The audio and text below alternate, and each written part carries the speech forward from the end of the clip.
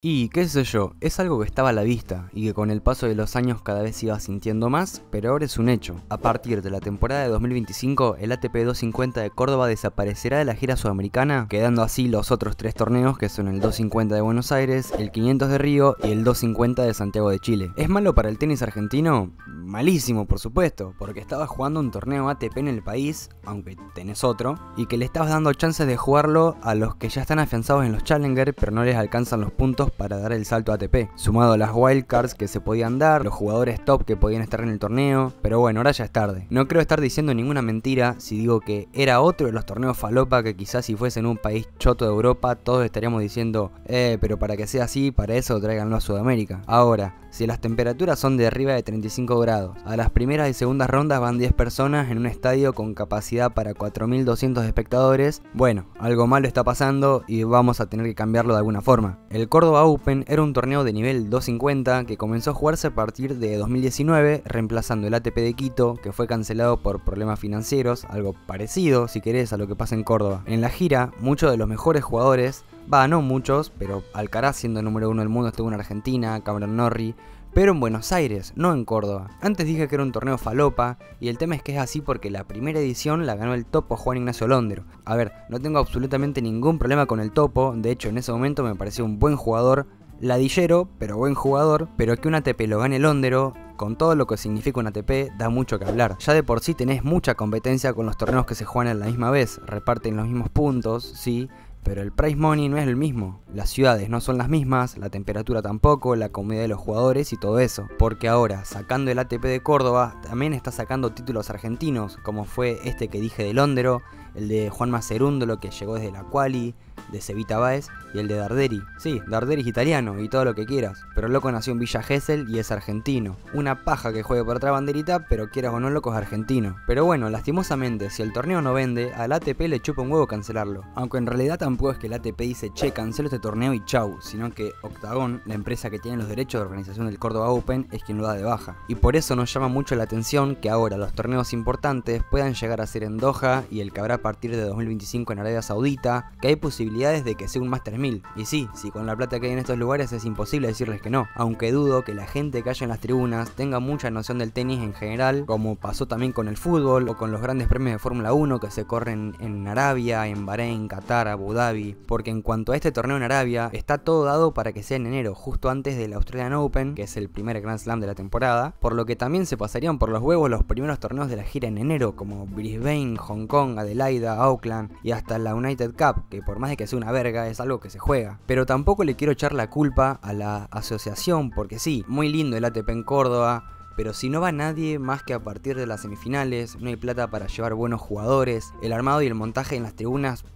principales es carísimo, el predio del Kempes es una poronga para ir si no tenés un auto y encima está lejos de los demás clubes de tenis, en el calendario está prácticamente pegado al Australian Open y además salió la misma idea de la ATP de reducir la cantidad de torneos 250 y fusionarlos con otros torneos para así tener más torneos 500. El 8 de noviembre de 2023 la asociación anunció un upgrade, o sea un crecimiento de categoría de los torneos de Dallas, Doha y Múnich, que van a pasar de 250 a 500 y además haciendo esto, eliminó los torneos de Atlanta, Lyon y Newport. Además se sabía que Buenos Aires tenía todo para ser uno de los fusionados a 500, que tranquilamente se podría haber hecho con Córdoba. O sea, borrabas uno de los torneos en el mismo país y hacías un 500. Necesitabas menos logística, un solo predio, pero bueno, parece que no les convenció la idea. El mismo Peke Schwartzman dijo que a la ATP le importa muy poco o no le presta atención a la gira sudamericana, a la gira en polvo de ladrillo, y que la ATP no le da muchas facilidades a Buenos Aires a la hora de intentar hacer un torneo de 500. Porque era fácil, fusionabas Córdoba y Buenos Aires y además de hacer todo en una sola semana y que sea un 500, estabas dando lugar a la semana anterior que era en Córdoba para hacer un torneo donde se les canta el choto. Pero bueno, ahora en Argentina se va a jugar solamente un torneo que va a ser 250 cuando podrías haber hecho un 500 o podrías tener los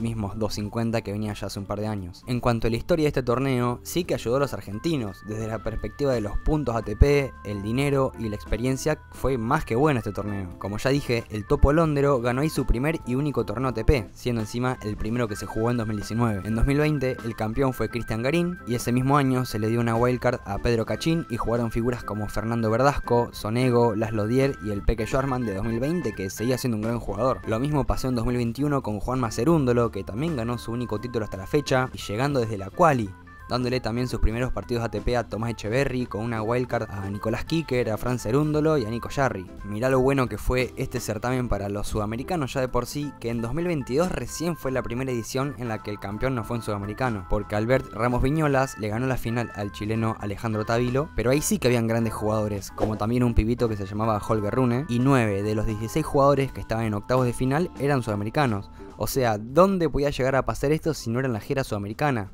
Porque claro, para los europeos o los estadounidenses es fácil porque se juegan torneos seguidos ahí y prácticamente son todos de ahí. En 2023 el cuadro ya decayó un poco en cuanto a figuras, no sé si a nivel, pero el octavo preclasificado era Bernabé Zapata Miralles, que estaba en el puesto 76, y en este torneo solamente habían 2 top 50, por lo que hacer cuartos de final en esta edición era casi asegurado que ibas a subir un par de puestos si es que no defendías puntos obviamente de la edición de 2022. El campeón de este año fue Seba Báez, que le ganó la final a Fede Coria por 6-1, 3-6 y 6-3 en un torneo que ya empezaba a descarrilar un poco. Y por último, en 2024, el campeón fue Luciano Darderi, el ítalo-argentino proveniente desde la quali, que le ganó la final a otro jugador que venía desde las clasificatorias como Facundo Bagnis por 6-1 y 6-4. Esto también demostró un poco el bajo nivel de los preclasificados, mientras en otros lugares como en Dallas y en Marsella se están jugando otros torneos 250 con cuadros que son realmente muy interesantes. Para destacar es que en la organización, mientras más pasaba el tiempo, mejor eran y más aprovechaban las wildcards para los jugadores locales, más que nada para los jóvenes, porque por ejemplo Mariano Navone y Franco Mesaña tuvieron su debut ATP en este certamen de 2024 gracias a las invitaciones. Uno que clasificó por ranking pero pareciera que no lo va a hacer más es Diego Schwartzman, y me quiero centrar en él por los próximos minutos, porque en la primera edición, o sea en 2019, el Peque fue el tercer preclasificado estando en el puesto 20 del ranking en ese corte, por lo cual accedió directamente a octavos de final, donde le ganó al italiano Giannessi, que venía desde la quali, pero perdió en cuartos frente a Guido Pella. En 2020, el Peque estaba 14 del mundo, primer preclasificado del torneo, pero perdería la final frente a Cristian Garín. En 2021, Schwartzman estaba en el top 10, más precisamente en el puesto 9 del mundo en ese momento, y obviamente preclasificado como el mejor del torneo, pero perdería en cuartos de final frente a Ramos Viñolas. En 2022 volvió más o menos en buen nivel y como primer preclasificado accedió directo a octavos de final, donde le ganaría a Juan Bifikovic y en cuartos a Daniel Galán, pero caería en la semifinal con Tábilo. En 2023 el Peque estaba en el escalón número 28 del ranking ATP, preclasificado primero en el certamen, pero perdería en el primer partido frente a Juan Manuel Cerúndolo, quien jugaba este torneo por una wildcard. Y por último, en 2024 lo mismo, el ranking ya no le alcanzaba para salir como preclasificado. Cuando se sorteó el cuadro parecía estar a su favor porque jugaba contra un clasificado de la quali que era Román Burruchaga, haciendo su debut en torneos ATP, y bueno, el resto es historia. La mala leche que tuvo el Peque en este torneo es tremenda, debe ser por eso también que lo sacan del calendario. Así que nada, es un problemón para Argentina, solamente 16 países tenían más de 2 torneos en un año, y olvídate que todos los países son potencia mundial y donde hay mucha plata. Además ahora, ¿cómo haces para traer otro ATP al país en esta situación? Es imposible, y hasta le bajás un poco la vara a Buenos Aires, quieras o no. Aunque sigo pensando que tranquilamente se podían fusionar hacer un 500 y dejarle la semana de Córdoba a cualquier otro torneo. Así que si les gustó el video, pónganle me gusta, porque no sé por qué a los 2 o 3 días de subió el video se deja de ver y no tiene más alcance, así que eso me ayudaría mucho. Suscríbete si no estás suscrito porque también me ayuda, desde mi parte. Y está bien, es una decisión que para un argentino es difícil de tomar, pero la verdad que ver a 2 personas en la tribuna en una primera ronda es deprimente, boludo. Así que un abrazo, hermano, y quédate mirando este video que voy a poner acá en alguno de estos costados, que no sabes la cantidad de horas de sueño que me sacaron para darte a vos 8 minutos o 9 de distracción.